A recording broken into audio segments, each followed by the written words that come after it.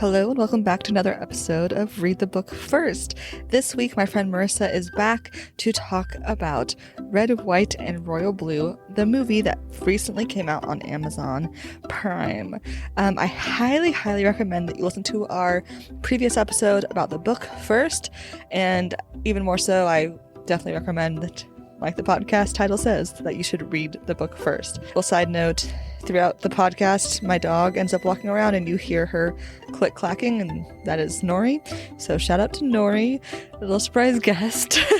Thank you for those that have been listening to the first few episodes of this podcast. This project is a little side project that I've just loved making, and I am excited for it to grow. And if it doesn't grow, that's okay too. I'm excited that y'all have listened to it so far.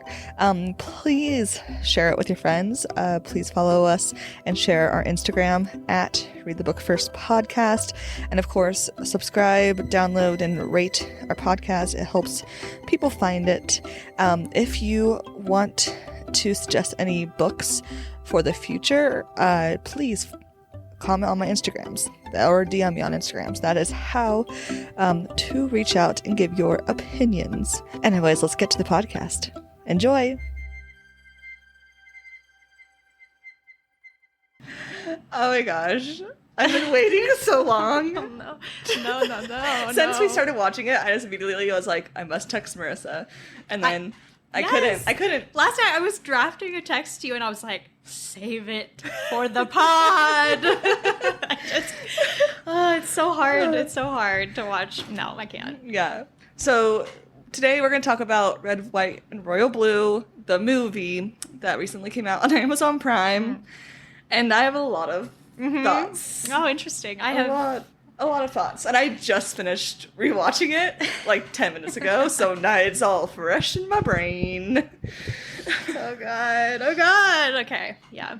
If you've not read the book, I recommend you go read the book or listen to our podcast about the book. Or do both. Or both, yeah. Because the book is great. Mm-hmm. And then our podcast is hilarious. Also, hilarious. We're amazing. Excellent. Exactly. I couldn't be biased at all. I couldn't agree more. No, absolutely not. Yeah. So I feel like we should just go through like some more of the book, just the plot of the movie though. Yeah. Which is very close to the book in some ways. It's in a lot of ways. Mm-hmm. Bare bones, close to the book. Yep, yeah. We'll talk about it. We will talk about it. So it starts and it goes straight to right before the wedding scene. It starts with like news reports talking about the royal wedding, which I enjoyed the news bits. That's a good way of speeding up to the point. I was surprised, but also I thought it was good. I can't believe they got like real anchors. I know. I was like, wow, okay, hello. Okay, Amazon, budget, that's where your budget went. Yeah, and we will talk about where it did not go. And then it goes straight to the wedding scene. And so, they have the royal wedding scene, and it goes to the reception, and immediately it is... So, the word I want to use is Hallmark. Yep. Just immediately. It just turns into a Hallmark movie, except for gay. Right. Which, finally. But also, why this one? Yeah. It wasn't... They didn't go full in any direction. They were like, let's go... And this is the theme of the movie, as a whole, is that they did not go hard in any which way. Yeah. They stayed purely... It was so generic. That's the word. And like you said, Hallmark. Yeah, too generic, but... So generic. How can you make a cake falling on people generic? I don't understand. When they're going through their welcoming line, the Prince Henry and Princess Bee, and it cuts back and forth to their conversation about being like, hey, look at the president's son, he's a cutie, and then it flashes to Nora and Alex doing the same thing. I enjoyed that, but also too. It was a good amount of cheesy. I was like, this is the vibe. Yes, I want this amount of cheese and also tension. And then it cuts to the cake scene where Alex is apparently actually drunk, but it looks like he's fake drinking. Yeah. There's that. Oh my God. There's that scene where he swoops in on somebody's drink. Yeah. As that is so uncomfortable. Oh. He wouldn't. We've said this in the book as well. He would never have acted like that at a royal wedding. No one would have. I mean, I would be like shocked if they even provided that much alcohol. Absolutely. I mean, the Well, Brits maybe do like the- yeah, the they Brits do do. like to drink. Yeah, The that's royalty, true. especially. Yeah. What else are you gonna do? That's true. Yeah, you can't vote. Can't vote. As we As learned, we learned. you cannot vote. Shockingly. But yeah, so So generic. Yeah. Alex comes up and essentially like weirdly is harassing Henry, who's just trying to be like chill at his hating his brother's wedding. And then Alex just like ruins the day and they like shove and it's like weird and awkward and hallmarky, and then the cake falls. And the cake falling is so cheesy and not the good way. Yeah. And I wanted it to be good. I feel like they focus so much on that scene, and in the book, it's like a blip. Yeah, it's so like fast. it's just like they don't. It's yeah, I don't know. It made Yeah. me very uncomfortable. It's not like cute like I think they thought it was. There is a. Did you watch all the way through at the end of the credits? Yeah. Well, there is like a deleted scene that I thought that I'm like, why did you take this out? Because actually, this part is so funny. Where Alex goes, like after the cake has fallen on them, Alex goes, "Do you think anyone noticed?" And it's just so stupid. But it's like it's so sweet. Yes, and it's so Alex. Yeah, it is so Alex, and they took it out, and I was like, okay, lame. Yeah. And then it jump cuts into Bad Reputation Yeah. with like a fun intro of like the news reports, which I was like, okay, we're back to like the cheesiness. And I was like, okay, this is good. Yeah, camp. Yes, I'm yes. here for it. And then it No doesn't. more stay camp. there. Okay, no, we're done with the camp now. Yeah, and we get introduced to his mom, Uma Thurman, who I was so excited to be the mom until she started talking. Foghorn Leghorn is what I just like the most exaggerated. I do declare. And it was so it- bad. Exactly. Like that's what I wrote down. I was like, her accent is like when in the office when they're doing that murder mystery party. Yeah. And they're all doing awful Southern accents. That is exactly what her accent sounds like. It's and just it, like, Uma Thurman playing in a movie. Like, and it wasn't great. Yeah. And I'm like, Uma Thurman, you could have like it was. I'm a just, huge Uma Thurman fan. same. She's in the producers. Yes. Oh, so Yes. great. But they spent all their budget on Uma on Thurman. Uma Thurman. Mm-hmm. And the what do we say? The the news the anchors. real news And anchors. they spent all their budget on the rights to use Get Low. Yep.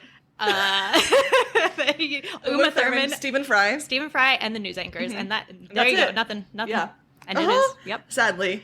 So we meet Uma Thurman as the mom, who so disappointing, so heartbreaking. But then we also meet Zara, and Zara does not disappoint. No. Zara was, of all the characters from the book to this adaptation, she is the one that is just the same. And it's like you got yoinked out of the book and got thrown on screen, and it's perfect. Yep. She's the only one. I think her character translates best to the screen. Yeah. In even like, Yeah. writing aside, like Yeah. just the way she's described in the book, it's like she's so like you can feel her annoyance in Yes. the book, and that's so easy to translate, Yeah. I feel like. And the actress does a great job. Absolutely. She's the only one who's given, like the only side character who's given any amount of screen time, and we will almost certainly Yes. discuss this She's further. not just as screen each time, character is introduced. Not just screen time, but personality. Yeah. I mean, we have met Nora. We haven't talked about her because she's barely there. I don't want to. They have destroyed What Nora. sucks because when I saw it was that actress, I love that actress. She was in Love She's Simon a- and Love Victor. Yeah, she's a And great good- actress. Yeah, she's a great actress. She just was given literally nothing. Yeah. So I think I'm right where they tried to make like a amalgamation of Nora and June in the book, and so you get rid of the best parts of both of them. Like Nora is queer in the book. Where did that plotline go? Yeah. Like it doesn't. It's not even a plotline in the book. Yeah. She just is. Yeah, she does is talking a lot to the recently married, I guess now princess, to Philip in the background. I noticed the second time watching. Oh yeah, also, before we keep going, the dress that Princess B wears at the wedding reception, guess who else wears that dress? In the movie? No. Oh, okay. In real world. You? I No. wish. It's like this really beautiful, like light blue, like beaded dress. Taylor Swift wears the exact same dress in the style music video. Editing Janessa interrupting here to correct myself. It is not the style music video that has that same dress that Bee wears. Taylor Swift wears that same dress in the Blank Space music video. at the dinner table scene specifically, if you want to go watch it. Wow. And I saw this. Okay, reference. Yeah, I saw this via TikTok. Thank you for whoever's that TikTok it is. If I figure out who it was, I'll put it in the show notes. Hopefully I save the TikTok. But yeah, I just thought that was funny that if this is mega Swiftie alert that in this anti-Swiftie world. So anyways, I was really excited about that. But yeah, so Nora, no character, Nothing. Personality. Like barely in the movie, totally throwaway character. Yeah.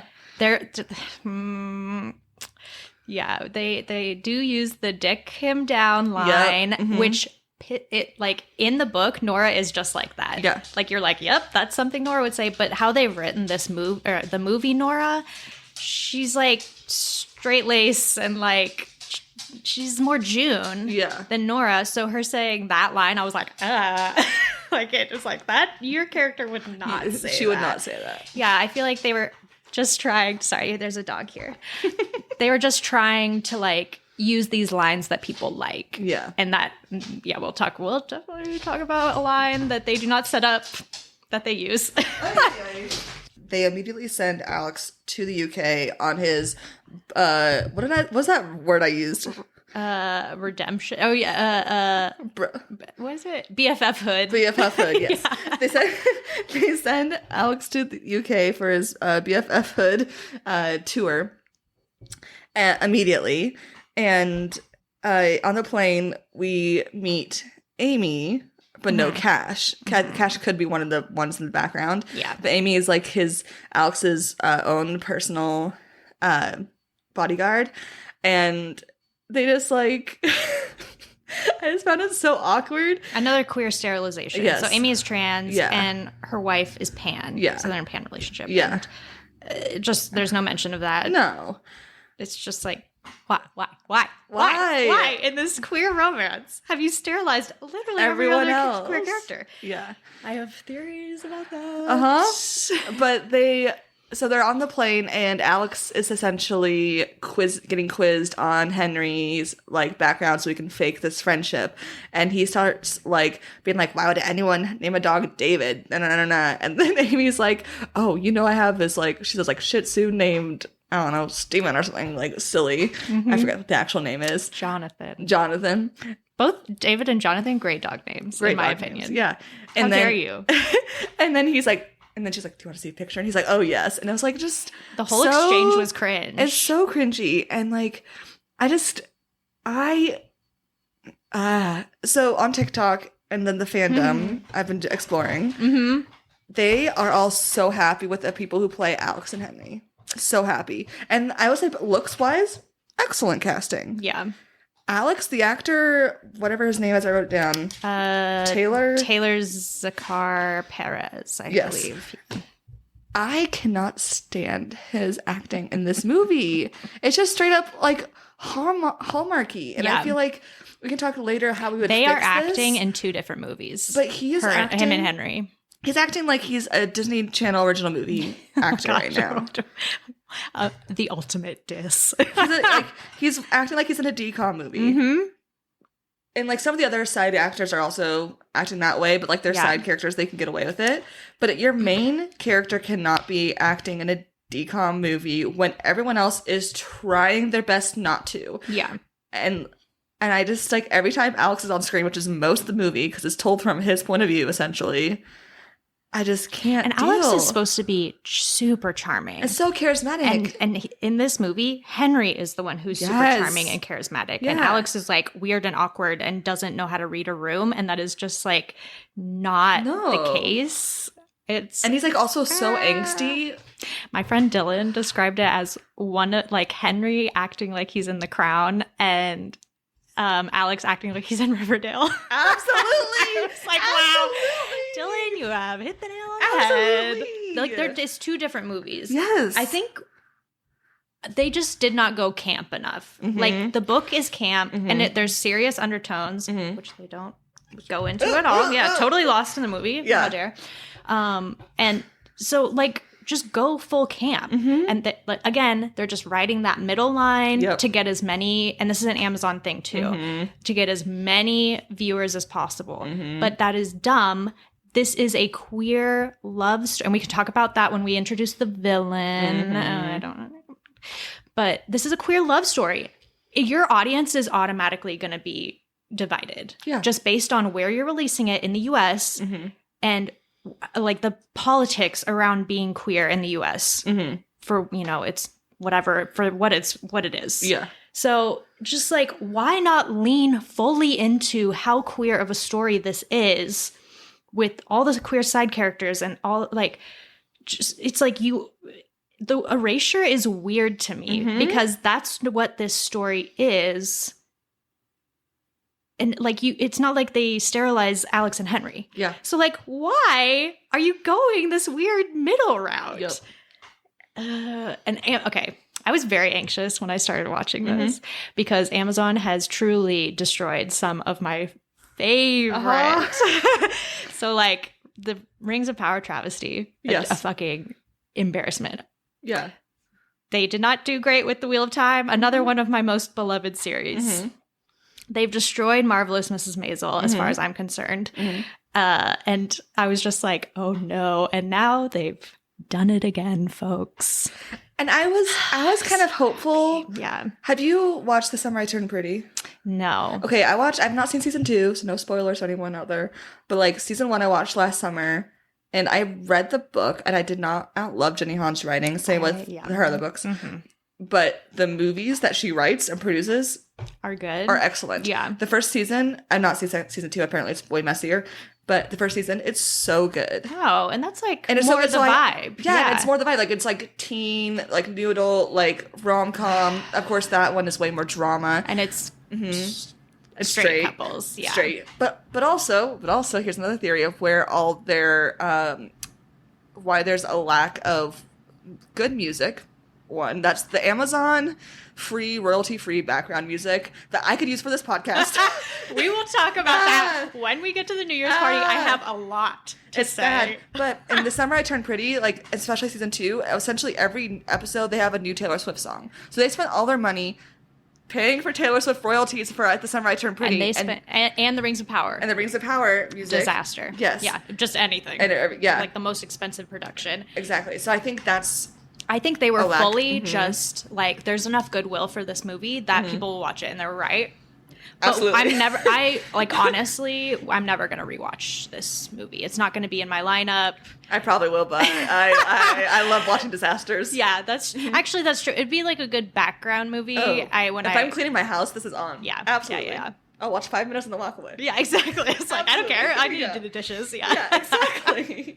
But anyways, we haven't even... Oh my God, yeah. We're not even like 20 minutes into the movie.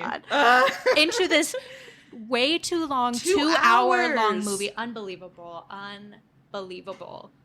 It's too long. It's too long. When I was talking to my friend Dylan again, I proposed that this might have been better as like a 3-part miniseries. Yes. The first episode ends at the New Year's party. Yes. So like Henry kisses Alex, boom, episode done. Yeah. The second episode ends when Henry leaves the lake house. Yes. And then the third episode is the rest. That would be perfect. Yeah. Well, we make it with all our money and spare time. Yes, I have so much money and so much spare time. Start a Patreon for this. We will make a mini-series. Alex gets to the UK. They have their forced interaction and photo op.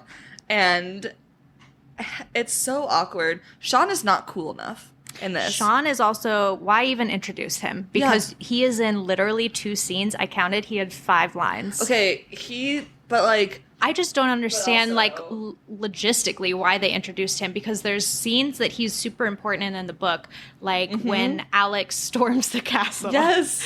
And Sean is, like, dealing with Zara, and, like, they just had, like, some random extra. Yeah. They're like, here's, you know, $1,000 for you to say a line. Yeah. It's like, oh, man, I hope you got SAG for that, but yeah. Hopefully. Yeah. So anyways, they have their forced... bro time. They get into this interview, which the interview is so awkward, and then it starts getting slightly better halfway through the interview because Henry, the actor who plays Henry, is carrying this movie. Charming. On his shoulders. I'm a Henry girl anyways. Same. So I was like, no surprise that I like Henry better. I mean, because he's actually acting. and he's playing the character, and like, and yes, they don't write his character as it is in the book, but it's close enough. Yeah. And I think a lot of that is because with the editing, and we'll talk about that more, and like how they changed it. Henry's backstory hasn't changed that much. We don't get more of it. Like there are missing pieces that are really important, but it's more than erasure. Yeah, but it's more than just like Alex, who suddenly has no backstory and no issues besides the fact that he. Yeah. Well, they've erased. Yeah. They've erased everything that brings them together. Yes. All these like family problems and like things that they can relate to. Their struggle with their own queerness. Exactly. Yeah. It's gone. There's no bi panic. No. For Alex. No. And that is like a good 2/3 of the book. Is him like freaking out. So they're just like, he's like, I'm bi. And it's like, oh, that's it? That's it? Henry still has to struggle with like what being gay means for him in regards to being a royal. Yeah, and a lot of his Alex is like, there. who cares? Yeah. It's like, yeah, I just... Yeah. But I think that's why, one of the reasons why the portrayal of Henry is way stronger. Yeah. But also the actor just is kicking ass and like doing the best. Great. He's getting that money. He's Absolutely. so good. I hope this is a bit of a breakout for him and doesn't like hold him back. Yeah. But yeah, I'm hoping this is like a Robert Pattinson mood for him, where it's like, the cult role classic, is but like I can still cheeseball. get Absolutely, yes, but I can still get more. Yeah, but you're like, he obviously is very, very talented. I'm not saying the guy who plays Alex isn't talented. I'm just, the way he was directed and the lines he was given and the way he decided to act those lines, very questionable in my mind. Absolutely. And I think Alex is like such a beloved character that it was really hard to see that. Whereas Henry, the guy who played Henry, was just like, he is dripping with talent. Yes. Like, amazing. Yes. Yeah. So they're in the interview. And did you catch the thing where he's like, and all the interviewers are like, how do you guys end up on the floor of Buckingham Palace covered in cake? And Henry's like, there's, it happens all the time. Princess Victoria always had, you have food fights, and that's such a clever response. And then Alex ruins it. And he just goes Vicky, and he does this little dance thing, and like, I'm just like, fake punches. He like catches the whoa. I think what it is. I'm not a youth. Oh my god, the youth strike again in this movie. That's a dance movie or a dance move from like 8 years ago. So like, that's cringy for him to do it now. And that's me knowing. Well, I'm a little self-conscious about talking about the New Year's party now, but I will still say what I have to say then. Yes. And then they go to the cancer ward, and the cancer ward is also, like most things in this movie, so close yet is missing something. Yeah. It's all so close. Everything. You know, all it's missing so the close, Star Wars. but missing something. Just not talk about Star Wars, which like they couldn't afford that IP. Yeah. You know. You can mention it, right? You can mention it. I mean, but, I get like the Amazon versus Disney. I don't know. I feel like there's some corporate bullshit that went into that. So, but we don't see the like heavy connection. Yeah, we don't hear like what he's saying to this girl, and that's like, so like I realized all the scenes we said in the last episode. Like I was like, they have to have these scenes. They had them all, but they were all not right. Yeah, they were almost good, but just fell short. There, but and I was like, they can't mess it up. It's like, oh fuck, why do we say that? We jinxed it. We jinxed it a week before it was released. All our fault. They get shoved into the closet because of the fireworks that go off. I thought that was pretty decent. It was pretty like the book. I actually liked that scene a lot. I was like, oh, redemption. And then, you know. It's because they were fighting. And, like, it just, I love the part where Alex finally just says, like, what bothered him. Yeah. And then Henry's like, okay, what else? Yeah. And Henry's like, you're joking, nothing else. And Alex is like, don't minimize my feelings. And he's like, how could I possibly? It's the most minimal thing already. I was like, yes, Henry. Yeah, I like that scene a lot. And I was like, oh, yes, finally a turning point. And then it was like, okay, just kidding, not turning point. And I love that Henry like smells him casually. It's like, oh, it's this cologne? And Alex is like, yeah. He's like, oh. Good taste. Yeah. And it's like, oop, Henry, don't show yourself. Don't show the feelings. Yeah. But yeah, so the bromance is going off. The BFF successful. They go back separate countries. And then we get the news report that the Richards is going to run and it's just casually they're watching on the TV, which I feel like is pretty decent way of doing that.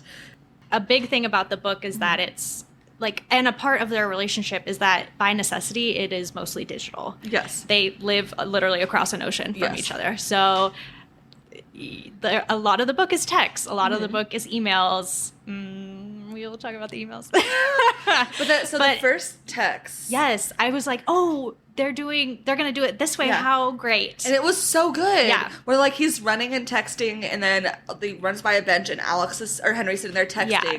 And then Turkey Gate happens, which Turkey Gate did not get enough screen time. But I love the way they visualize Yes. that with them both laying on the It bed was and then, so like, it good. fading out into him obviously being on the phone call. I thought that was so good. And I was like, oh my gosh, they're actually going to do Yes. the digital part, the digital communication parts Yeah. really well. Which is a lot of the book, like you said. And I was hoping, and it was, and they did it so well in that chunk. Like, it wasn't like, oh, this is weird, like, breaking the fourth wall. It, like, it was smooth. The actual, like integration of that technology, like, physically on the movie screen. Like, it was so smooth. Yeah. And so good. And that's when I was like, that scene was, like, another scene, like the one in the closet, where I'm like, okay, they do have chemistry, which I think the actors do have chemistry. Yes. Yeah.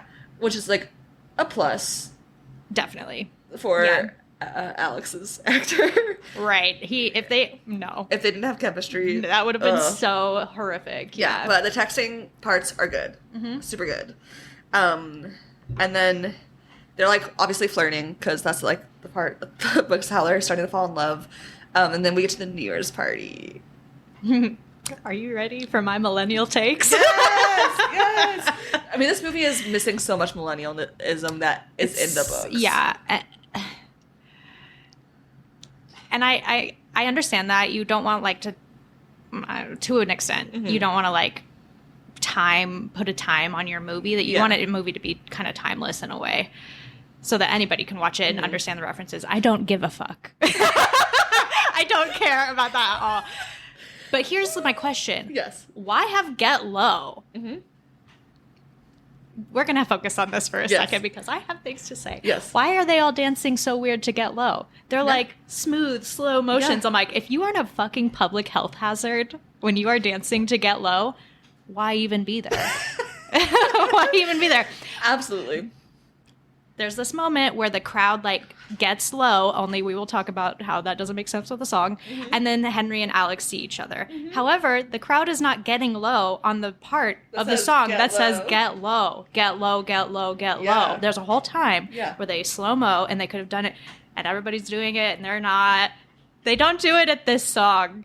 Also, all the songs before this, they couldn't even find, like, generic 2000s hip-hop noise. Yeah, but they play Bad Bunny, which Bad Bunny is very cool But right now. But okay, but see, here's my thing: is why would Get Low and any reggaeton be on the same playlist?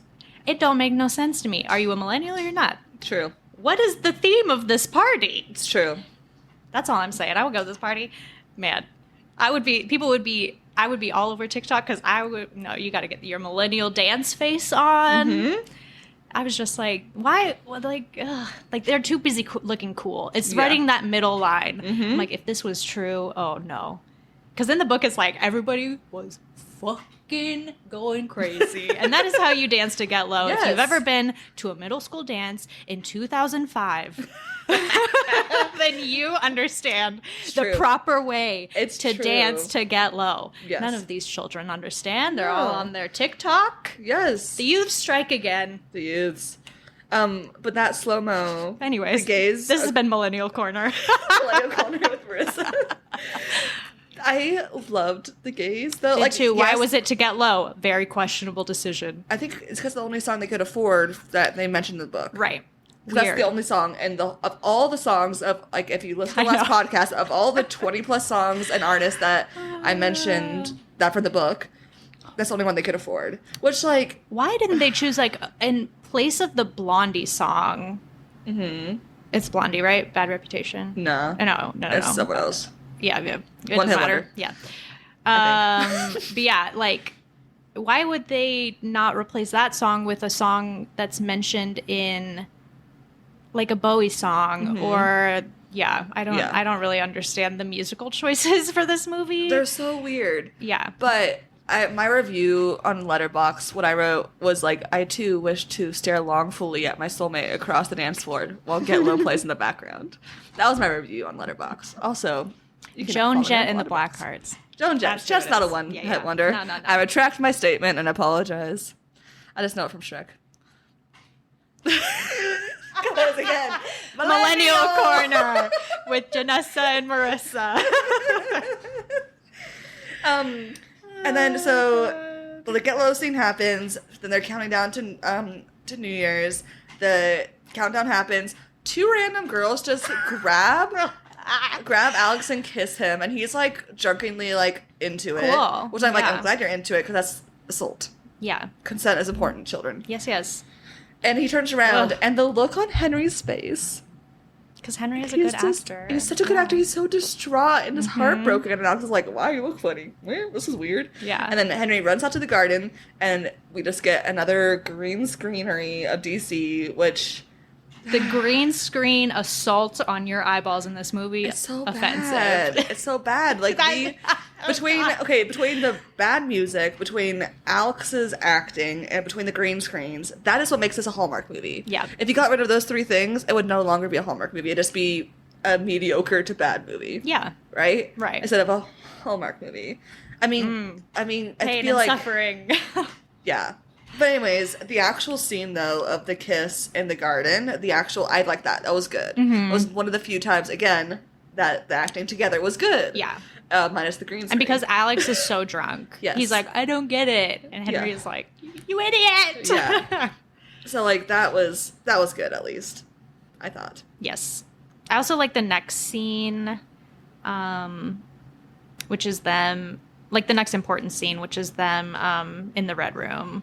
Yes. When Alex finally kisses Henry back. Before that, we have our short little scene with Nora though. We can't skip over. Oh, I think I've blocked. This is where she says the dick down stuff. Oh God, I definitely have blocked Yeah. that because it's so out of character Yeah. for this version of Nora. Yes. And so they, Alex is in his, what this movie's version of Bi Panic is, very sad excuse for Bi Panic, Yeah. but whatever.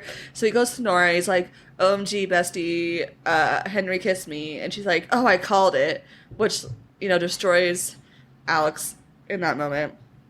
And then they, like, have this little conversation, and we find out that in this version, Alex has been kissed a guy in high school, or messed around with a guy in high school, and then with the reporter who we did meet briefly earlier, Miguel.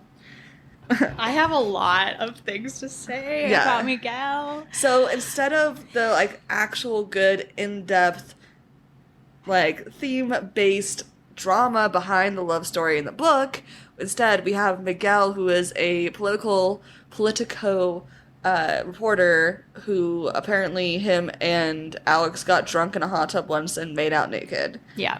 And Can we talk about this Yes. now? Yeah, he ends up being the villain who releases the emails. It's quite clear that's it. And I'm glad I watched the second time because I realized there's like a hint that he had access to the email servers Yes. when he's like, When he has oh, the I liked your Texas- memo. Yeah, Yeah. I like your Texas memo. And Alex was like, how the hell did you get yeah. that? It's like, I'm a reporter. I quite literally have my sources. I was like, what? God, this guy's the worst. Absolutely.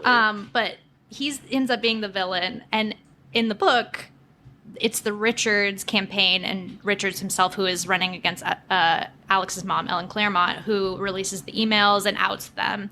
And it is such a baffling choice to me in a movie with a queer romance to make the villain a queer Latino who has like this crazy ex-girlfriend narrative. Yes. Where he's like, well, if you can't be with me, then you can't be with anyone. And it's like, what the hell is this? In this time that we are in the US, when old, rich, white Republican men are literally attacking LGBTQ rights, you think it's not appropriate to make them the villain? Yeah. They're the real world villain. yeah. Why the fuck are we making the villain of this story a queer Latino? It doesn't make any sense to me. No. It doesn't make It's like any sense to me. Whoever adapted this book, whoever wrote the screenplay, like saw Luna's character in the book, which Luna is not the villain. He doesn't like he's like a triple agent. Yeah. Right? So like there's nuance there. Mm-hmm. He betrays them for half a second, but it's not actual true betrayal. Right? And so they took that like, oh, this random character who does a bad thing, not the bad thing, but a bad thing, happens to be queer and Latino. So let's make our villain queer and Latino. Like, no. And why? Like, I don't understand not introducing Rafael Luna. If this political writer, honestly, if we made him even just white and like secretly closeted himself, absolutely, way more, or not viable. even like not even gay, just like a white dude, like a guy looking to get power. Yeah, I'm like, okay, there you go. There you go. Real world. Yeah. Yeah. But yeah, like I feel like it was so. It had like intentional. Mm-hmm. Why would they do this? Mm-hmm. Why would they do this in this kind of story? Yeah. Or ever, really. But, specifically this story, who one of the main characters is a biracial person. Yeah. So it's like, why? Why would you do that? It does not make any sense. But we get to the Red Room scene. Yeah. So Miguel? Alex drags Henry into the Red Room, and they make out next to Alexander Hamilton's picture, which I'm so glad they kept it. Yeah, that like little Easter egg for us who are in the books. And poor Amy interrupts them. Poor Amy. She's like, poor Amy, poor Zara. Yeah, but them playing off, making out, funny, like good stuff. Yeah, and then they're walking back into the dinner. And they're talking about their boners 10 feet away from the mother, who was the president, and the prime minister. And then Alex, like, grabs Henry's butt. Yeah. I'm like, you're in a room full of, like, the nosiest people on earth. Yeah. What are you doing? And he did that when he was talking to the president of the United States, his mother, and the prime minister of the UK. Just... Unhinged, which is what Alex in the book would do too. Really, I don't know, because they like purposely stay apart from each other in the book. Yeah, but I feel like he would do something reckless. Yeah, oh, God, just the anxiety this boy gives me. And then Alex is like, we're gonna stay 100 feet away from each other, and then at midnight you come to my room, and I'm gonna do awful things to you. And Henry's like, all right, sound good to me. But I just like don't get that they're talking about boners 10 feet away from their mom as they're walking in. Like making like dumb boy boner puns. I mean, they were pretty funny. But also, get Stonehenge was one. Big Ben, someone else that was British. Yeah. Eh. Not my humor. I was just distraught from the talking in front of their mom. But so they end up meeting up. Audacity. But they end up meeting up in their room at midnight, and they have a little spicy time. It wasn't okay. This is our first spicy scene. Mm-hmm. And the book is way, like I said in the last podcast, this is the spiciest of all the scenes. Yeah. It's not that spicy. No. This movie is rated R, and we'll talk about that later. Mm-hmm. You can go further with rated R. Oh, yeah. Like, Bridgerton, is Bridgerton rated R? Yeah. Okay. Or it's different for TV, I guess. Different but for TV, but it's like TV MA, so it's like mature. Yeah. So if Bridgerton can do all that Bridgerton does. Oh, good Lord, Bridgerton. Yeah. I expect the same from this. Right. And it's totally, and it's a perfect Amazon, analog. So it's not even on cable. It's a perfect analog because Bridgerton is on Netflix and and they're doing gay stuff in Bridgerton. Yeah, I wrote, what a lame ass sex scene. It was so lame. Like, it's like, it wasn't quite the fade to black that most things are, but it was the next thing to it, really. Just like barely anything. Yeah. Like, I don't want to watch people getting head. That's gross. But, no. But, like, there's other ways tension to lead up to that. The tension. Watch Bridgerton. Does people not watch Bridgerton? That would have been a great reference point for them. Yeah. We'll watch it for our mini-series. Ooh. I mean, I've read all the books.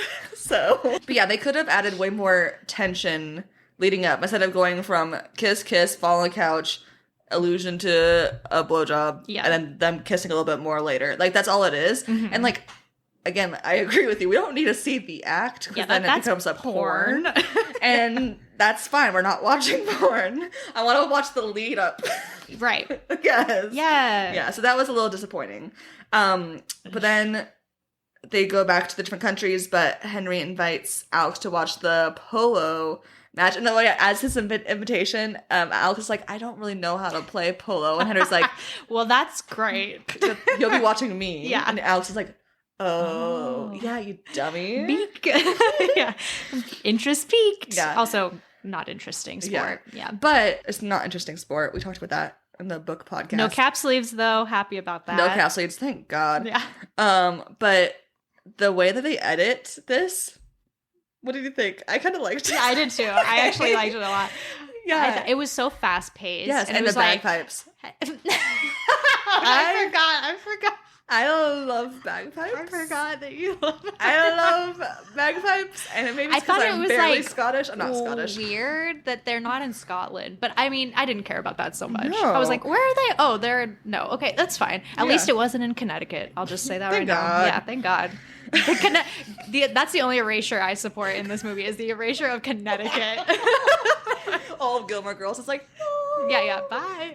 But yeah. So they essentially smash cut the polo match, so you don't really know what's going on at all. But like, it's a lot of close up of people's butts on the horses, which I appreciate. That's all I want to see in a polo match. Yeah, is people's butts, clothed butts on butts. horses. So good with bagpipes in the background. Oh, give me more. I'm sorry. I don't apologize. Janessa Fantasy unlocked. Yeah. But then they go to the tack room, which now I'm sorry, I love bagpipes. That kills me, man. Oh my God. But now I know what a tack room looks like because there you of this. go. Yeah. A lot of slatted. Yeah. Like, you could see the sun through this. I'm like, you better be quiet. Yeah, so they're having a little, like, a spicy scene with the polo thing. This one was way spicier than the last scene. Mm-hmm. But it didn't show much again. Yeah. But just because of the, like, chaoticness of the going back and forth from polo, kissing, polo, interesting position, polo, like, you know, and the bagpipes. I really liked this scene a lot. Yeah, it was a good amount of chaotic, a good amount of camp, a good amount of sexual tension. And it would have been perfect if that first sex scene was spicy. Yes. Then it would have been like, of course we're just getting like a montage. A montage bagpipes polo. Yeah. Yeah. Ugh. Yeah, and then they leave the tack, like, are you hungry? He's like, I could eat. And I was like, gross. Gross. Yeah, I was like, yeah. First the boner jokes, now this. Yeah, boy humor. Ugh. Boy humor is this movie about gross. boys and love, how dare they? Yeah. Seriously. Talk about your dicks. Yes, gross. Is this the Paris scene? Oh yeah, they do go right to Paris. Yeah. Which... It's so weird, it's like, so timing weird. to me, because this is the spiciest of the... Well, they're in the cafe first. Right. There's something... Yeah, so they're in the cafe, and they're talking, and he's like, there's something I wanted to ask you, and the prince is like, oh, how many other famous guys I've slept with? In a cafe in Paris. Which one? With everyone around. Absolutely. What is these...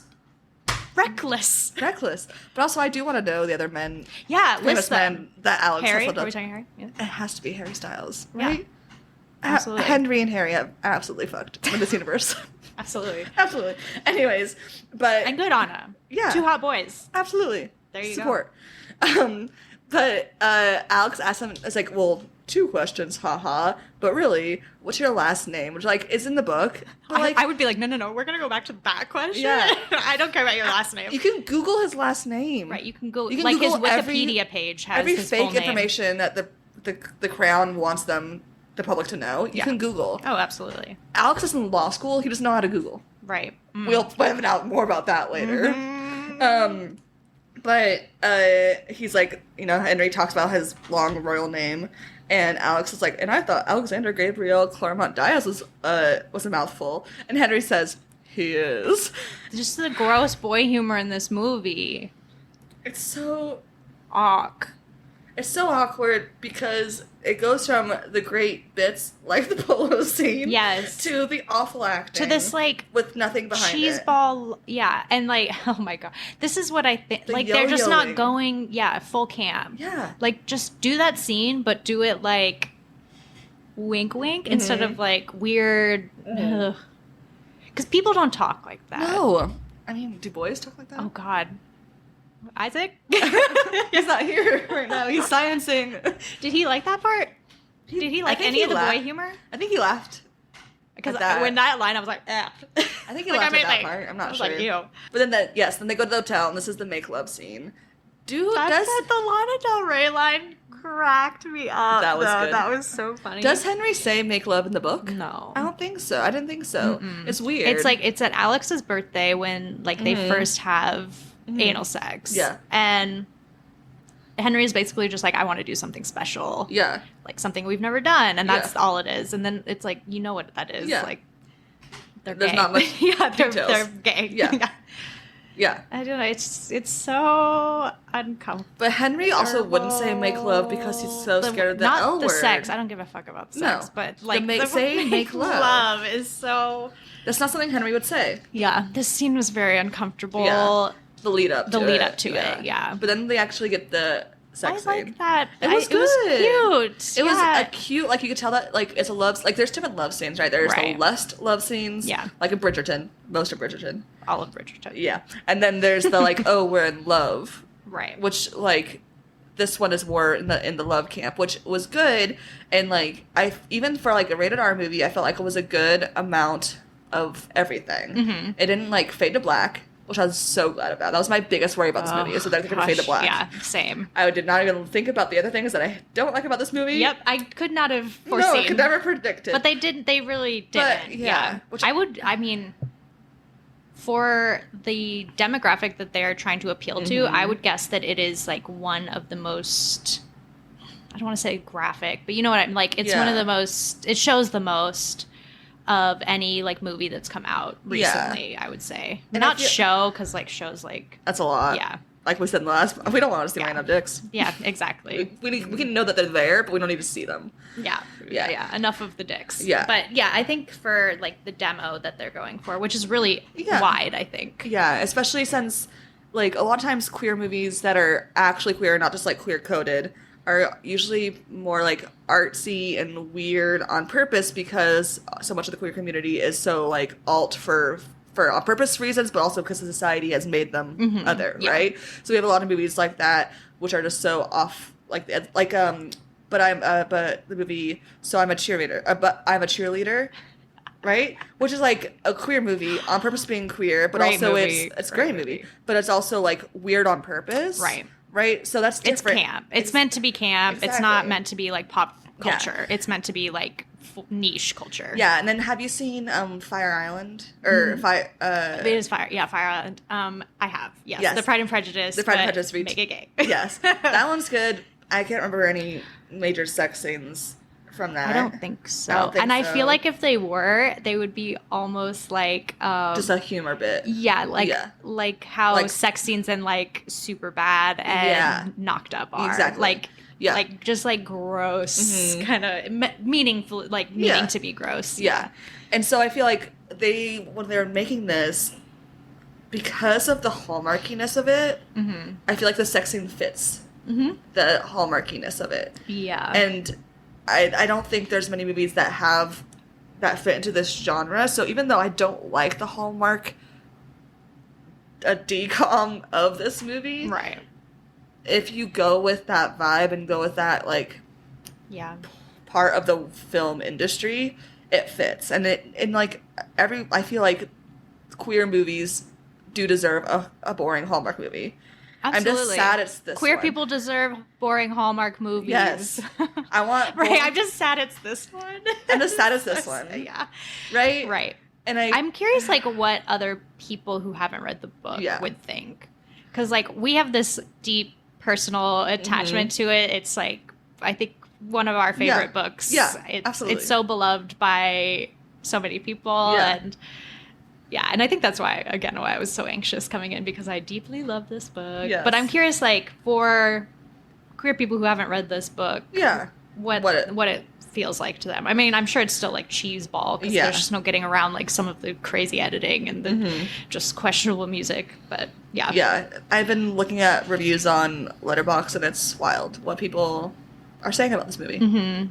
Yeah, I listened to a podcast about it, and it was like the whole panel was mixed in that like every single person was like, I like some parts and I really didn't like other parts, kind of like what you're hearing here. Yeah. I think ours dislikes vastly outweigh, but yeah. So Alex goes back, and Alex is like, hey, Mom.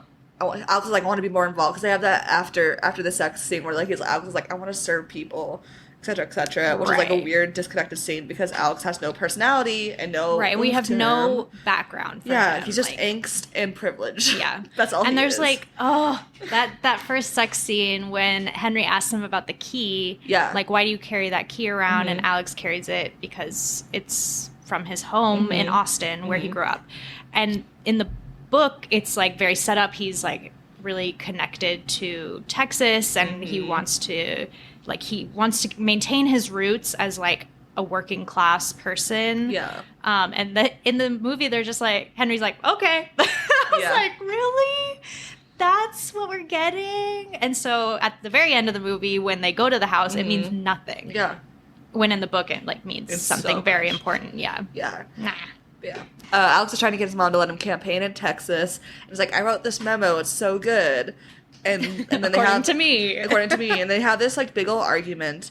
And then Alex and his mom was like, you don't know anything, like, sweetie, da-da-da-da-da. I was 28 when I got my first election. And then he goes, right before he leaves, he goes, you were 27. And I bet if you asked any woman in this office, they would know. And I'm like, that is such a weird trying to be feminist. Right. And then also a missed opportunity when she goes to talk to Zara. Yeah. And she doesn't ask her, like, how old was I? Yeah. I was like, that's what I was like, that's what I thought too. I'm like, they should hire me to write this movie. Yeah, exactly. Damn. Yeah, and so, but it takes her 5 seconds to change her mind from going, absolutely not, you're immature, you don't know what you want, etc., to just kidding, go take over Texas for me. I think this, like, What? it's...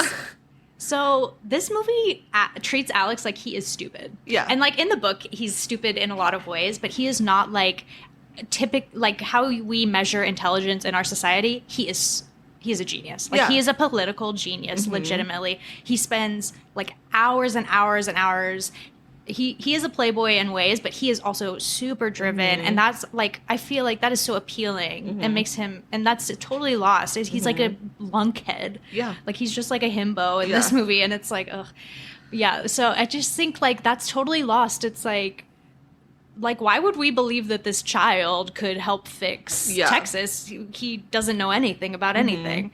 And it's like, no, he actually is like a political genius. Like, he spent hours looking at polls and looking at, like, you know, it's just, so that part is like totally missed in the movie, I feel like. And it just, it doesn't help Alex become a likable character. Yeah. Definitely. So he gets sent to Texas to go and campaign, and this is when we get their emails. And if you've not listened to the previous podcast, the emails in the book are the best part of the book. Yep. They are full of beautiful writing from Henry and horny writing from Alex, and they also have all these quotes from queer and closeted couples throughout history, and it's the themes, and it just gives them so much depth to their relationship, but also individually, and it's all missing from the movie. The movie is just like 3 emails. Like, hey, you're hot. Hey, you're hot. Oh my God, you're hot too. Yeah. And like, Henry's are like more eloquent, but not in the way that he's a good writer, in the way that he's British. Right. Yeah. He just like uses big words. Yeah. Yeah. And taking out the historical. So in the book, they have, like you said, they have these historical, like, remnant, like, parts of love letters that were sent by a queer. And that's just another sterilization technique to me. Like, it's just like, ugh. Yeah, so they take that out completely. And then all the themes that underlie this silly love story, but it's so deep in the book. And in the movie, it's just a silly love story because they're not having, like, how will we affect history? Where's our role in history? Like, where is our part in history? What part do we have to play? That's completely lost. And then it comes back at like when they're in the Victoria and Albert Museum. Yeah. It misses so hard. Yeah. And also the cool tech integration that we had with the text in the call, we don't get. Like, we just get a montage of Alex campaigning. Totally drops off. Yeah. And so, like, they're not even carrying that over, which is really jarring when you're watching it. Right. But they get over the emails, which is, like, so lame and heartbreaking that it's not there. But then it's almost like why, like, when they get so we read them all in the book. And so when they get released, like, we know what's in them. And we know how, like, how powerful, heartbreaking it must be to have, like, all of these feelings out in the universe. Yeah. And then when that happens in the movie, it's like, well, yeah, it's like a little embarrassing, but it's like it's not someone like read your note you threw in like English class. It isn't like revealing all your like innermost insecurities, the drama of the royal family in between them. Right. I mean, be erasure again. Yeah. But yeah, like the emails are. I don't understand this movie. Like what I feel like they were like. Here's lines people quote a lot on TikTok and Instagram. Yep. And so we're going to put them all in. We're not going to give any context. It's like, this is how I felt about Thor, the second Thor with Taika Waititi, where it was like, okay, they're like, people like this and this. So we're going to put it all, like, every scene in the movie is going to have it in. It's like, oh, no, it's not good. Yeah, now it's not good. Yeah. It's just like, it reminds me of that where... Like, they don't have a good grasp on why people love this story and why it is different from every bodice ripper out there, right? It's more than just the love story. It's also about the platonic friendships. That's completely lost. Yep. It's about, like, finding your way in the world. Almost completely lost. It's about, like, learning where you fit into history. Nothing. Yep. Zero. Yeah. So it's just, like, all the things that make this story unique, they got rid of. And way more lower stakes than in the book. Yeah. Off track again. Alex goes to the DNC. Gives a great old speech. My God, and we are only halfway through this movie. I know. Well, the second half goes fast because nothing happens. So the DNC, he gives a speech in front of the screen again, and he's like doing great. You're doing great, sweetie. And then he goes to the hotel and he's like exhausted. And next to him is Miguel, the reporter, who was obviously trying to be like hit on him, be like, "Oh, we're in the same hotel room, eh?" And Alex is like, I can't believe you leaked my Texas memo. He was like, what? It was good. And you said it was good. And he's like, yeah, but I didn't tell you to. And you're an asshole. Yeah. You won't get any other quotes. Turns around. Henry walks into the door to surprise him. Terrible timing. Happy to see Henry. Terrible timing. Yeah. And so Alex like hurries him up to his room. And like it cuts to the next morning. And they slept in. And Zara saves the day to make this movie interesting again. Zara it's like, okay, Henry, you gotta go. You got 5 minutes. Justice for Zara, who had to see a surprise dick. Absolutely. Ugh. Justice for Zara. Yeah. Zara budges in. I mean, she did budge into the room. Yeah. Yeah. She did. Yeah. To be fair.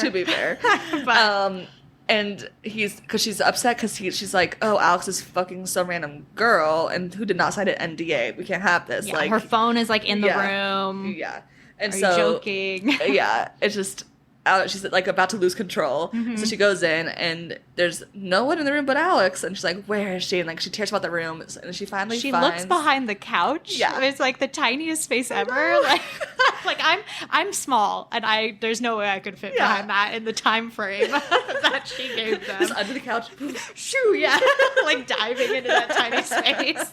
Completely ridiculous. Zara, I know you're freaking out, but don't check behind the couch first. Check all the closets is probably where I would go. Yeah.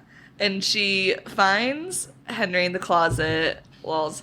But, like, her acting in this is so good. And Henry and her together are great acting. Yeah. And just, like... She's like, I'm going to faint. Am I having a fever dream? Yeah.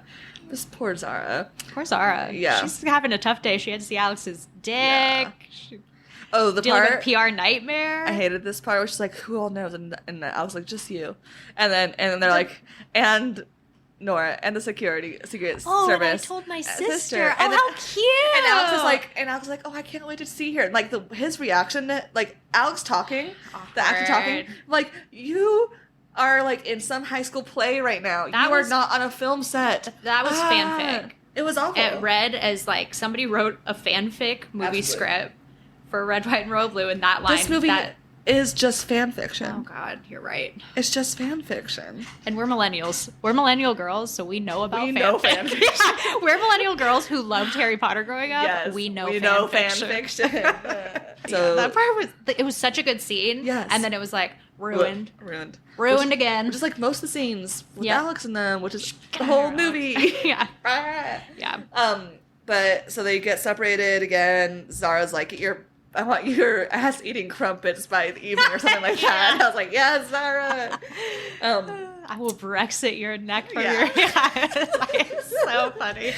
And then Alex has to go, and he goes to come out to his mom, Uma Thurman, our favorite non-Texan. Yeah, our favorite Southern accent of them all, Uma Thurman. Absolutely. And so in the book, she's like very like positively like supportive, right? Yeah.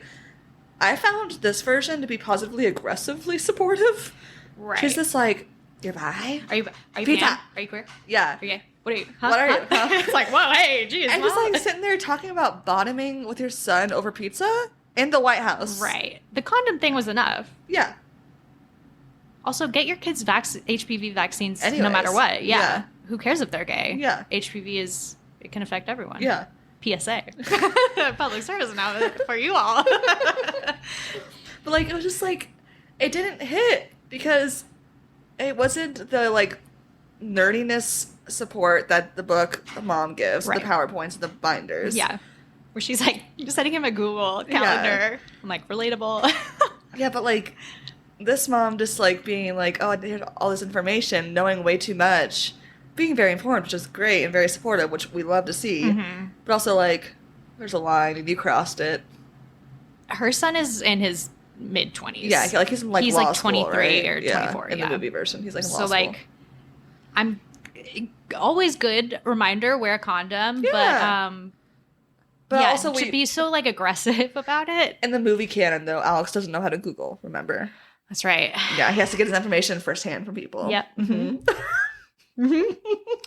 So that goes all well, and she's like, but you have to tell your dad. And he's like, oh no, my dad. And we're like, your dad's gonna be fine. Like, if your mom was this fine and this, like, are you bottom? Mm-hmm. Yeah. Which is like, what? Gross.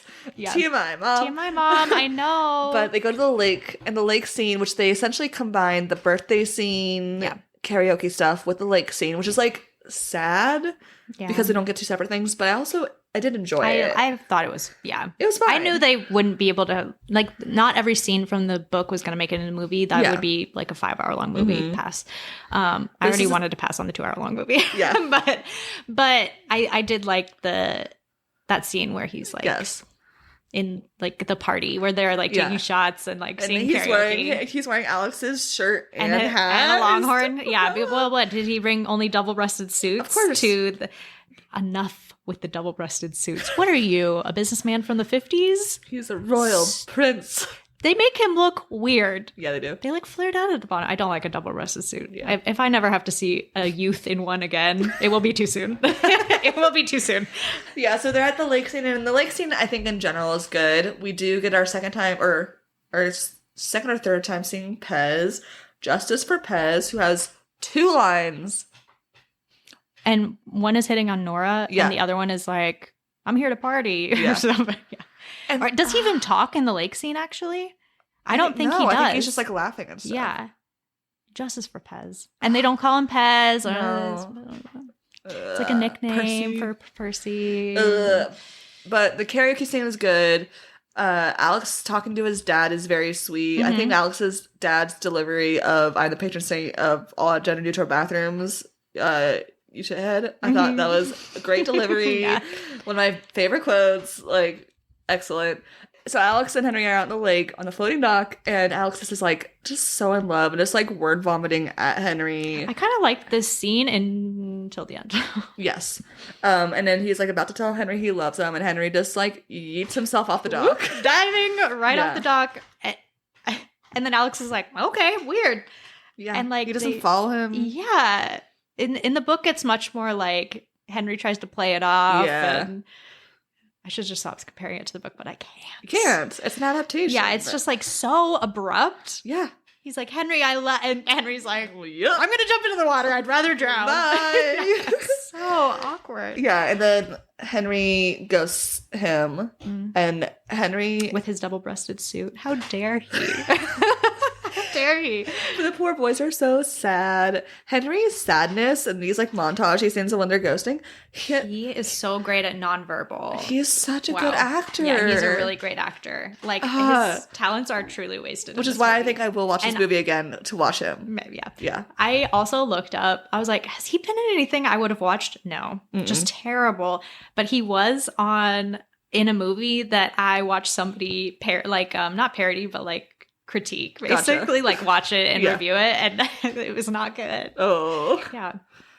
Choices. But so he is a good actor. Give him roles that are juicy and good because he is juicy and good. Yes. And he's hot. So like what's the dilemma here, people? Yeah. Right now he has dark hair. I saw like a interview promo stuff, probably for a different role, but he has like dyed like black hair right now. Looks like a different person. Wow. Still hot, but different person. Henry, but emo Henry. Ooh. Oh, hello. Eyeliner. Tell me you're a millennial. Put some bagpipes on there. Yeah. And so Alex is all sad and mopey, and Zara just suddenly gets fed up with his shit. Because he's being very annoying. Yeah. Yeah, he was being annoying. He's almost always annoying. Yeah. Wait, is this... No, Nora. He's talking to Nora in this scene. And Nora's like, use your miles. Yeah. And go to London. Yeah, you're right. You're right. Because yeah. Yeah. And so he goes to London, and this is the storming the castle scene, which we don't see him storm the castle. Yeah, he gets escorted in. And also Sean. I mean, we've talked about this, but... I want to see him yelling in the rain. Yeah. And then the Brits hurrying him in to not make a scene. Reporters come. Yeah. I want to see the British panic of like, oh no, a scene, and then like shuffle him in. Yeah, and they're just like, Mr. Claremont Diaz is at the front door. It's like, what? Of the castle? Yeah. Literally? The palace? What are you talking about? Yeah. And then they have their confrontation, and it wasn't bad. I wanted it to be angrier. In this scene was so good. I was so like good. Crying. Yes. Because of him. I was like, Alex, yeah. Say nothing, Alex. Absolutely. Yeah. We've said it. He's such a good actor. And he was so good in this scene. And don't they have hate sex in the book, though? Yeah, they do. So they have an argument. Nothing gets solved. They have sex. And then Henry obviously doesn't sleep after that. And they wake up in the morning. And Henry's like, I've made my decision. Yes. You're worth it. We're going to try to do this. I'm going to try to come up to my family. And then Henry's like, can you stay? And then they go sneak Victoria Albert Museum. Yeah, which they don't do here. Yeah. And also the sneaking is even more pathetic in this movie than it is in the novel. Yes. These are two very recognizable human beings. And there's just a random key hanging out there. Hidden in like a cobblestone. I would, with how and he doesn't lock it behind him. That's the security risk. I'm the nosiest person ever. I would watch somebody pull out and I would be like, I will find that brick. I've watched enough Survivor to look for a hidden immunity idol. Yes. Absolutely would find that key. Absolutely. Yeah. 100%. Test me. Yeah. Test me. Yeah. But yeah, they go to the museum to have their cute little thing. And the museum... for comparing to the book, not comparing it to the book yet, but just looking at the scene from the movies version of it, it starts off with them a la Pride and Prejudice 2005, just wandering beautifully, looking at these busts and bodies of people. It's very beautiful with the voiceover from Henry, but then it cuts to Henry talking. We see him talking. It's no longer a voiceover, and that was so jarring. I was like, choose one. Voiceover or not. They do this a lot in reality TV where they'll do we wanted to film that line, but filming's over. So just come in and do a voice recording. And then when you watch reality TV, when they turn, the character who's talking turns their head and they're still talking, but it sounds really disconnected, that's a voiceover. Yeah. And that is exactly why would you use any reality TV filming techniques in this movie? Yeah. This budgeted movie. Yeah. It's so confused. Yeah. So that, it started off good, and when it got... not good, and then Henry's I've always wanted to dance or bring someone I loved here and hope they love it and dance it, but well, you're skipping over the most egregious thing that they did in this movie. Yes. And Henry is like, I choose you, and I like when they write my history, I want our love to be a part of it. Yes. And Alex, okay, and this is just fan service because fan they service. do not, as I've said, as we've both said, they do not set up the historical, this major theme of where will we be in history, where will we fit, where will our story come out, and so and Alex says the line, "History, huh? I bet we can make some," or whatever. And that is like, oh my God, that is probably like the most famous line from this book. But it's so important in the book because it comes back later and it's like a big part of the emails. And they just throw it away here and they're like, hey, fans of the book, look, we did it. We did you're happy with us, right? We did the thing. Yeah. And it's like, no, I'm not happy because it means nothing. And for people who haven't read the book and watch this movie, it means it's a throwaway line. I missed it the first time I watched it, and I was mad because I was like, they didn't do history, huh? Like I was pissed, and then when I watched it this morning, I saw it again. I was like, oh, it just is. It's just there, tossed in there. Yeah, like we did it, guys. Yeah, it's like no, it's in there for a reason. I think Casey McQuiston is very intentional about their writing. Yes, and yeah. This is like a lot of the parallels that are in the book are missed. And one of them is that Ellen and Oscar, who are Alex's parents, are together in the book and in the movie, and in the book they're divorced. Yes. And that is an important parallel to me to this scene where Henry is like, I can love you and I can want you, but I could not want that life. Yes. And like the idea that Oscar in the movie is still an active congressman he cannot be. No. I think that is I think he would have to resign. Yeah. It's like an ethical, like you can't. Yeah. You're like, you can't. So it's just like, and that's a big reason in the book that they are divorced is that they chose their ambitions and their careers and their lives over kind of their love for each other, even though they do still love each other. Yeah. And that's just completely like, that is why Alex understands where Henry's coming from. Yes. Not because of like random whatever, because he loves him so much. That's not how okay. Yeah, this is like a common thing in love stories. It's like, well, I love him so much I can forgive him anything. It's like, that is not how the real world is. And that is why this book is so special, is because they make these decisions. It's about making these decisions. Okay, Alex's parents didn't choose love, but in this case, they are. Yeah. Like, that's what's important to them right now, and they're going to work their career plans, their family lives around it. Yeah. And that's where they are. And, like, it's just totally, it's like, it's totally missed, and it's, I don't know. Divorce, erasure, sterilization. And it's totally like, I really was kind of upset by that because it is such a key factor to Alex's kind of development and not being such a fucking dickhead. Yes. It's like, because his parents are divorced and he dealt with that. Yeah. And he so, and it also makes the lake scene weird. Like the whole thing about the lake scene is that they go there like with their dad when their dad has them over the summer. And it's just like, it's just weird. So weird. It's like, why isn't Ellen there? I mean, I guess she's the president, I guess, but even the presidents go on vacation. They go on vacations, yeah. So I just thought that was like such a missed opportunity. And like, I think they did it so that they could have Oscar in there more, but it was like, it just takes away a lot of like what makes Alex Alex. And that was upsetting to me. Definitely. At the museum, before they leave, they're dancing. Alex plays a song so they can dance as Henry's saying, I wish I could dance.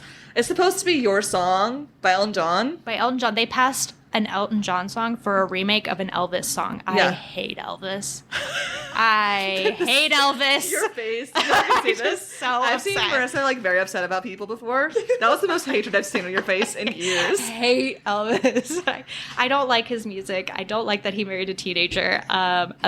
Teenager people. Yeah. Like a 13-year-old. Yeah. I don't like that they play this as if like... It's like a random cover. I feel like this is like people...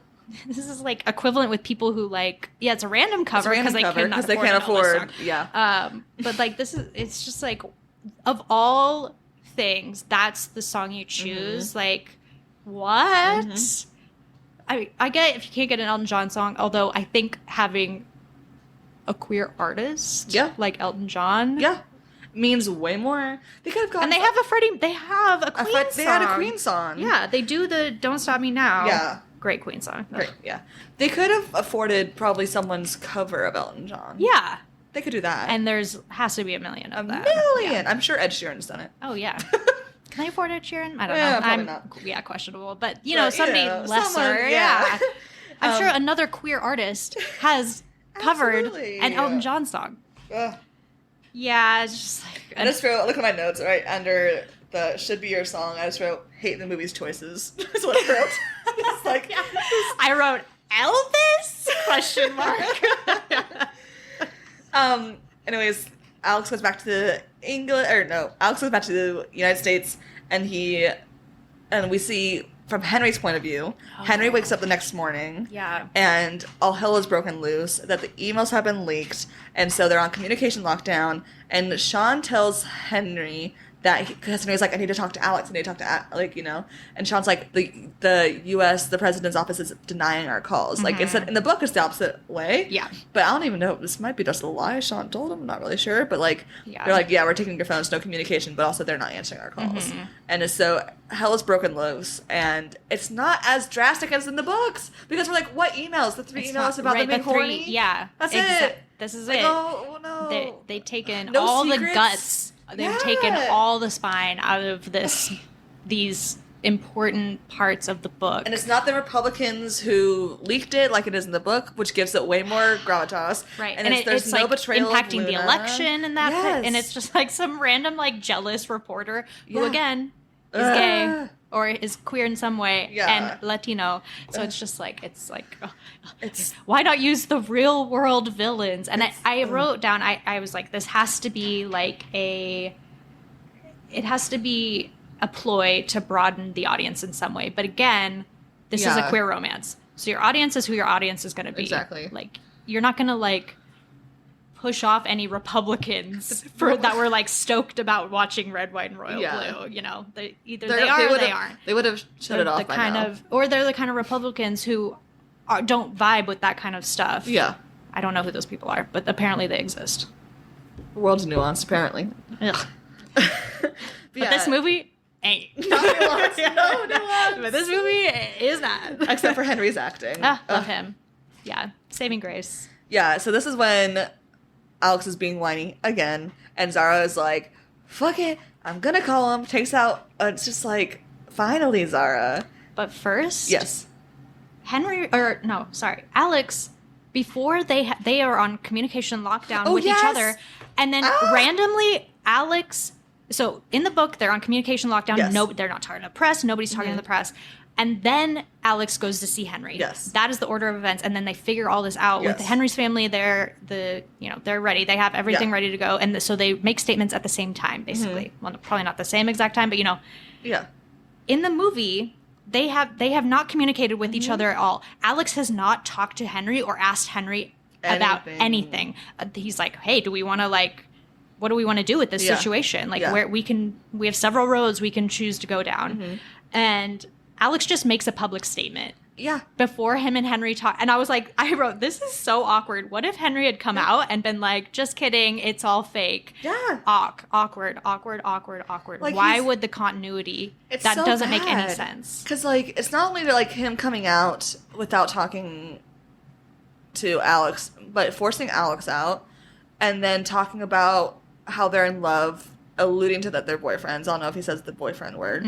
But he's talking about, it's not about shame, it's about privacy. Which, true, but also the way that you just outed Alex. Henry. That's what I meant. Sorry. The way that you just outed Henry.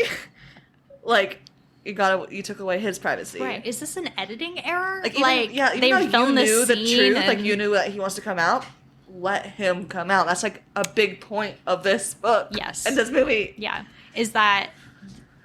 The media is not nearly gross enough in this movie. No. But also, there's no chances for them because there's nothing that happens in this movie. Right. Yeah, true. Yeah, it's... Yeah, it's just way grosser in the book and way more realistic in the book. Yeah, of how it would go, celebrity, TMZ and all this, gross... Yeah. The Sun, all these tabloids. Yeah. Yeah, and I just thought that was so weird that he would make a public statement before ever talking to Henry. But he's like, well, I can't get a hold of Henry, so I guess like, I'll just go out on a limb. I mean, and this not is the same, like, level, but, like, if you were dating someone and you've been dating for a while and then they suddenly just make it official on Facebook. Yeah, right. You're I like, would be what? furious. Who agreed to this? Like, I don't want my grandma knowing. Yeah.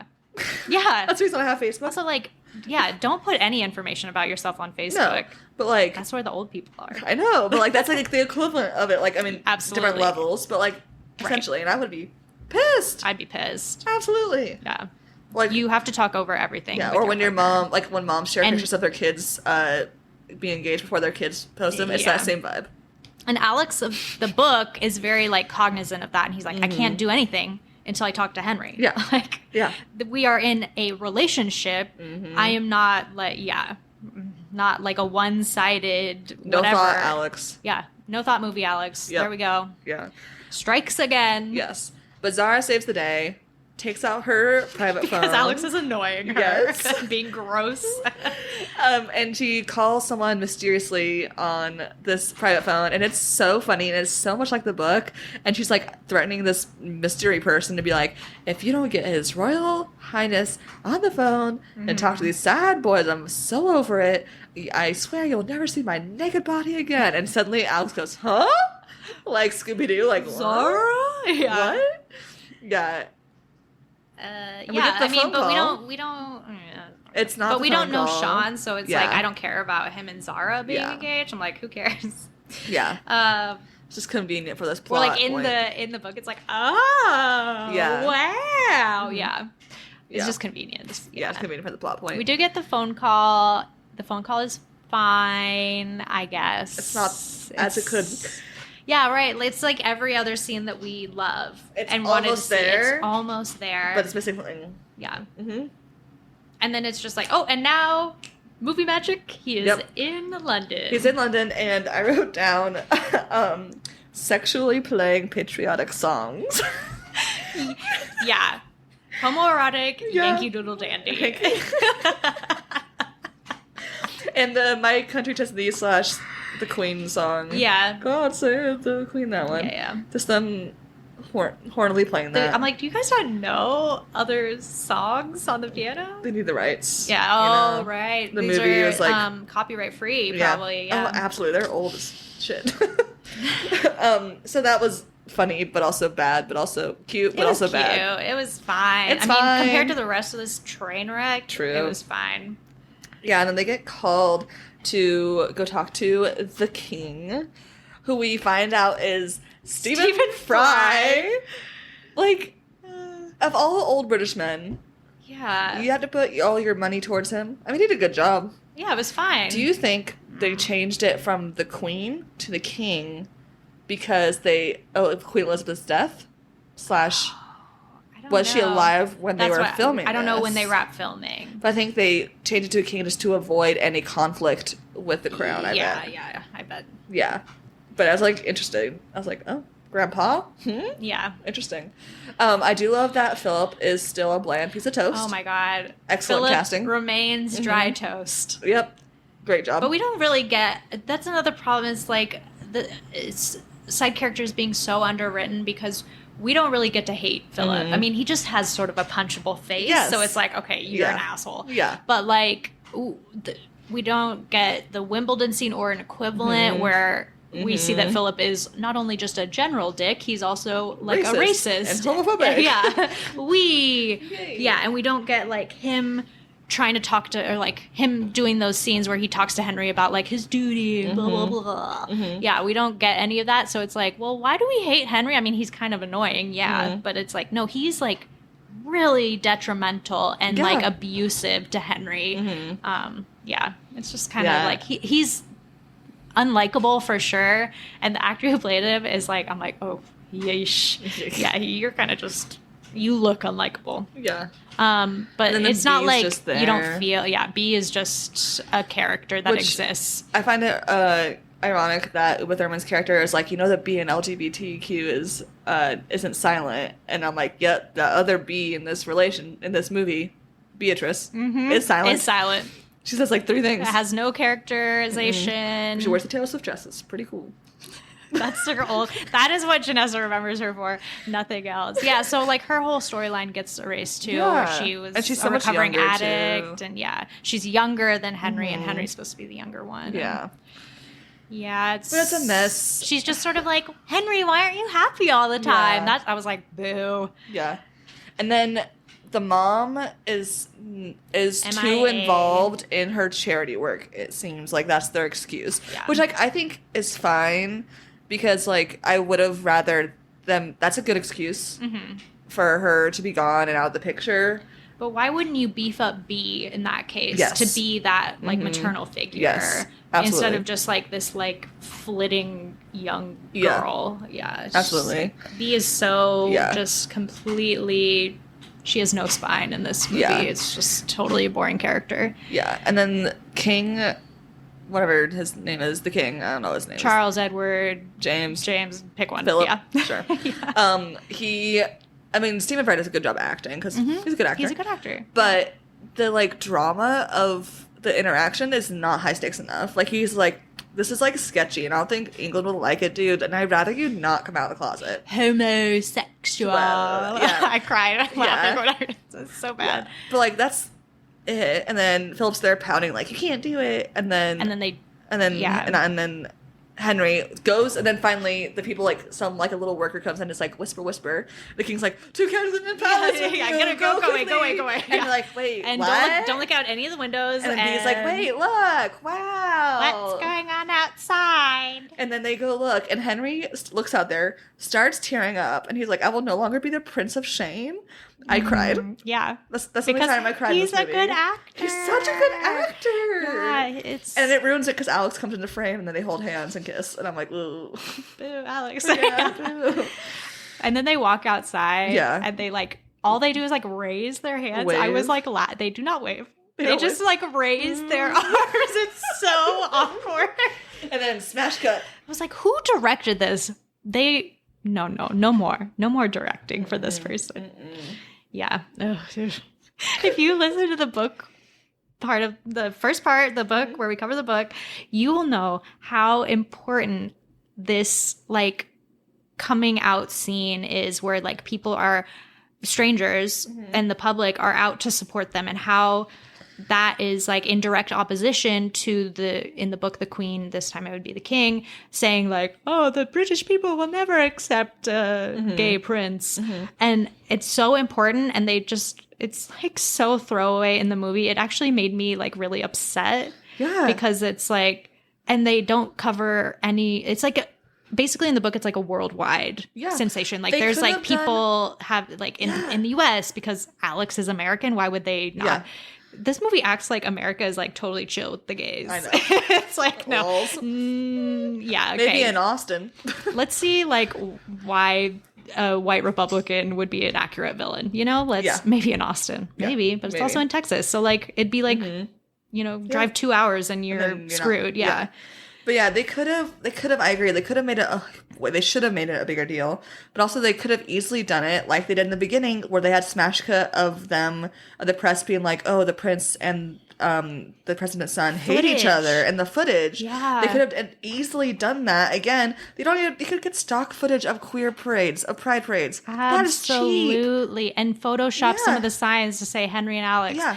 Photoshop some people with History Hunt shirts. That's it. And that's another reason why History Hunt is, like, such a throwaway line in the movie, because in the book it's so important, because that's like a kind of rallying cry for people who are supportive of Alex and Henry and their journey, and, like, them not being shoved in the closet, especially Henry. But yeah, it's just like, look, people love, and I'm like, okay, great, but also it's so anticlimactic. Yes. It's just, like, no stakes, nothing. Yeah, nothing. And then they get to election night, which is still a bunch of nothing. It's even worse. It's worse in the book. It's even worse in the movie than it was in the book, because it's so, like... It's like, and now all our problems are fixed. I'm like, well... It's like everyone's anxiously walking around, saying random stuff. Nothing's happening. And then suddenly they win. Also, I noticed this on my second watch, that they made him not from Utah. They made him from Michigan. They're like, he's won his home state of Michigan, Richards. Yeah. Interesting. So I was like, interesting choice. Yeah. And I think maybe that's because they got rid of the Rafael Luna drama. Yeah. I found a TikTok of someone like who was like, beyond just the ridiculousness of the rest of this movie, here's what I think is ridiculous about the political part of here at the very end. And they had read the book, but they're talking about just like that map they show of the like, and that the fact that she doesn't win Minnesota is shocking. Like, and then she just like is there's a breaking bunch, down. and then like Maine is split, but she doesn't get Vermont, home of one Bernie Sanders. Yeah. I don't think so. And then she like breaks out to, if I find a TikTok, or New York. Yeah, there's a lot of states where it's weird. Like, and like battleground states like that are always like Ohio. Yeah, always a battleground state. Like it's like what the yeah, and like the map doesn't like here? Equate to them almost winning and almost losing. Like it doesn't like California has a lot. Like the West Coast holds a lot of sway, right? Not Oregon so much, but Washington and Idaho. No, definitely not. Definitely not Idaho. And California hold a lot of sway, but it's like I would love to go back and like figure out how many electoral votes each of those states have and calculate it because I am a dork, but but that's what the person on the TikTok also said. If I find it, I'll send it to you. And if I find they're like, this doesn't make any sense. They would be well behind. I'll put it in the show notes if I figure out how to do that. Yeah. But it's a good TikTok. But it's just weird. But Casey McQuiston. Is that how you say her last name? McQuiston. Casey McQuiston has a cameo in the scene. Oh, well, I forgot to say the One Last Stop cameo when they're at the lake in the hammock. Yeah, and I was like, oh, I see you. Alex reading One Last Stop. Yes. But Casey is like the speechwriter when it pans over and it's Zara, her and Zara, the president, and then that's Casey right there. Good for them. I was so excited. I didn't see it the second time when I was watching the credits, and I was like, wait, Casey McQuiston, and then so I rewound it. That's very John Green. He has a cameo in like all his deleted, movies. Though, oh yeah, from Fault in Our Stars. And he always jokes about how he's such a bad actor. Well, that doesn't surprise me. Yeah, he's a very awkward person, but that's good. Good for them. Good for them. Yeah. So the mom wins. Everyone's happy, and then they decide to bike to the house. And like you said, which weird means payoff. Yeah. I mean, the biking is cute, but like, would anybody? It's like such a throwaway line at like minute 45 of of this 2-hour long movie. Would anybody who hasn't read the books? I would be like, where are they? Yeah. Why are they going to this random house? How do they have a key? Answer these questions. How do they bike? Because presumably they're in downtown Austin. Austin's a huge city. It's huge. And like all the residential areas, like and Texas that look is like spread that. out. It's not like an East Coast. Hey, they got a lot of room. They have a lot of room. It's all spread out. Yeah. So I'm like, Texas you bike? That's probably like... That's exhausting. They must be in shape. That's a long time. Yeah. I mean, they are. But also... And if you know the West, like it's like all highways. Yes. That's how you get around is highways. Yeah. Public transportation. Riding a bike on a highway? Y'all crazy. Yeah. But that's how the movie ends. And the movie is done. And the movie is done. And then you can watch it when you vacuum your house. I made a list of good and bad. I did too. Okay. Should we do the good first? Yeah. Okay. Because it's shorter. Yeah. So good. Henry or Nicholas Galitzine? That's either. Yeah, I don't know. Henry's the actor who plays him. Carries this movie on his back. Yes. He is getting that money, hopefully. Yeah. Not the Uma Thurman money, but he deserves the Uma Thurman money. Absolutely. He is amazing, and he needs to be put in more movies. I don't care what kind of acting. He was funny. He was charming. He was dramatic. All of it. Yeah. He was the good. I also said the editing of the text and the phone call. Yep. Excellent. Wish they had more of it. Did good with text, and then I have something in my dislikes. Yeah. I like the direct quotes in the book. I am someone who loves fan service quotes, and I appreciated that, though they were poorly placed, edited. I'm glad they were there, but like there's like certain ones, like almost everything Zara said directly from the book. Or Henry, like him saying like, I can love you, I can want you, but I cannot want to be... like live that life in a prison. Yeah. Love that. Love it. And then my last thing was a decent amount of spiciness. Like I was surprised. Like I was pleasantly surprised. And that's my good list. Mine is shockingly similar. I said, Henry! Exclamation point. I did like quite a few of the scenes. just none of like the ones that I think are fundamentally important, unfortunately. So like at that parallel with Nora and Bee being like, each one is hot. And I was like, oh, that's cute and fun. I love Turkey Gay. I thought that scene was so, like, that scene gave me hope for the rest of the movie that was then dashed almost immediately. Yeah, so I did like quite a few of the scenes. I love the like getting drunk at a bar scene. That one I think is good to show like Henry is able to let loose. I liked the hospital scene. I like when they're in the closet in the hospital. I did like that scene. No fade to black for the sex scenes. Really, they could be spicier, but really like it's pretty good. It's pretty good. And I did like that they were pretty close to a lot of the book storylines, but I have a caveat on this one that a lot of things I loved about this were because I loved them in the book, not because I loved them in their own right from the movie. And I put some great music. Not a lot. I think just like that Joan Jett song in the beginning, I was like, cool. And then I was like, oh boy, we have not done well. It doesn't fit the vibe of the rest of the movie. If you went off that intro sequence through the Batification song? No, not at all. My bad list is pretty short, but I feel like we've discussed it through this podcast. One, Alec, the actor Taylor Perez, who plays Alex, his acting is too Hallmark, and or DCOM, which is like fine if the movie is a Hallmark or a DCOM movie, and it was trying to be a bit of both, and that was bad. It needed to pick a lane. It kept yo-yoing. Right, and like different actors were playing. Yeah, in different and movies, if you have your two leads, your two romantic interests need to be on the same page. Yep, and they were not. They need to be acting in the same movie. Uma Thurman's accent is number two. So bad. It's so bad. It just takes you right out of the movie.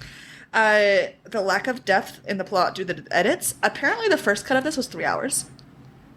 I just don't know that. I mean, good that they got it down, but I would just like them to look at I want the 2005 Pride and Prejudice. Yeah, we want the Zack Snyder cut. I want the Zack Snyder cut of Red, White, and Royal Blue. Yeah, I don't know. There's other books that have done this successfully, so I don't really that are about the same length. Yeah. Yeah. Questionable. The Amazon Music / lack of good music, and then the Luna erasure sucks. And everything that they replaced Luna and Richard's drama with sucks. Yep. And then the last one, the election scene. I just hate it so much. Yep. But I also hate it in the book, to be fair. I put dislikes. My first one is so many weird character choices. Keeping Ellen and Oscar together. You lose a lot of who Alex is because of that. Yeah. No Luna, but... See, this is why... No Luna, but you replace him with another character? Yeah. Like, why would you not just have Luna, Raphael Luna, in there? Yeah. And that's another important... Man, they really underdid Alex in this because Raphael Luna is really important to Alex. Important. He's a major mentor in Alex's life. Yeah. And you, like, think of back on who are your mentors in your life. Like, they shape you so much. Yeah. And he's a gay erasure. Yep. The gay erasure is not on my list but it's so there's prevalent. Nora isn't queer. Amy, we don't know. We don't know anything. Like, Raphael Luna is not there. Yeah, not good. I said no Luna, but introduce this weird character, Miguel. Removal of a lot of side characters who are still really important, or like reducing their role to be might as well not be there, like Sean. June isn't in here, and I think this movie really could have used a separate Noon, Nora and June. So that was like, and then underwriting of the side characters who are there.